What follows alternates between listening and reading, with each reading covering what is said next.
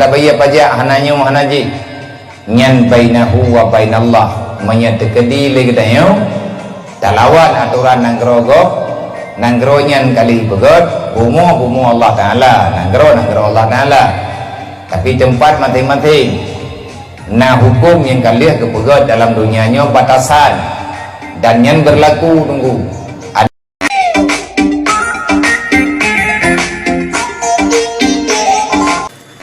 Assalamualaikum warahmatullahi wabarakatuh. Saudara Lun fi ayyi makan, semoga saudara sehat-sehat dan baik-baik saja. Masyarakat kita banyak sekali yang pergi ke negeri jiran, pergi ke Malaysia untuk mencari perbekalan hidup karena terhimpitnya ekonomi.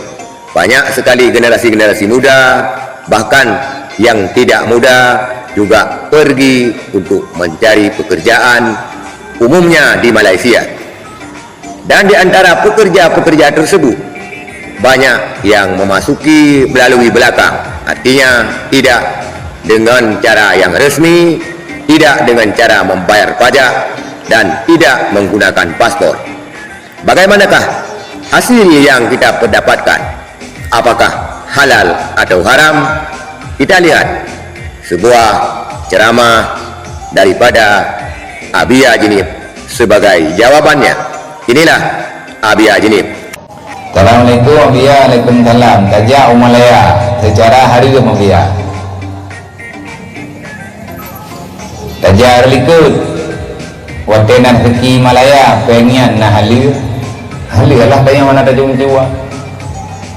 Man tak memang halir dalam nanggrogo. Hanaidin, hana tak bayar pajak, hananya hanaji. Nyan bainahu wa bainallah menyetekedi lagi tayo talawan aturan nanggro nyan kali begot bumu Allah Ta'ala nanggro Allah Ta'ala tapi tempat masing-masing nah hukum yang kalian kepegot dalam dunianya batasan dan yang berlaku tunggu ada dalam kitab nagi silahkan balat nanggro lagi tanyo juk jagut hanjit kutubi jagut peluar balat sama dengan na daerah masing-masing.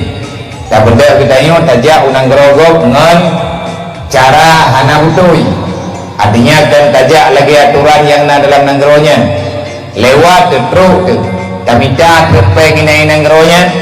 Hai peng halir atau kerja halir. Nah halir peng kita nyo yang halir.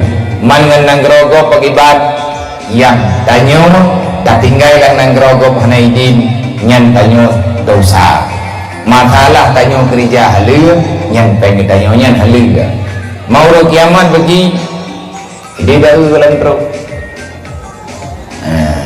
kemudian sampai tuntu dekat yang dua Malaya yang jarak hari boleh nama kalau kerja naik rumah dia dia nama sedekah ni kawan baik tuntu tengok karena nyan hak punya yang kali nak pegat batasan dalam agama kema yang god ni tajak begot boleh semi kan. Abia Jinib telah menguraikan panjang lebar bagaimana hasil daripada usaha kita yang bekerja di negeri orang tetapi masuk lewat belakang, artinya tidak dengan pajak dan tidak dengan cara-cara yang resmi, artinya tidak membuat paspor. Bainahu wa bainallah katanya.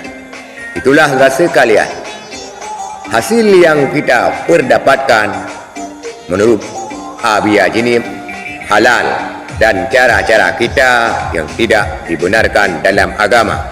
Semoga dengan yang disampaikan oleh Abia Jinib ini menjadi sebuah masukan bagi kita sehingga kita tidak terombang-ambing di dalam permasalahan ini. Semoga bermanfaat. Sekian, terima kasih. Assalamualaikum warahmatullahi wabarakatuh.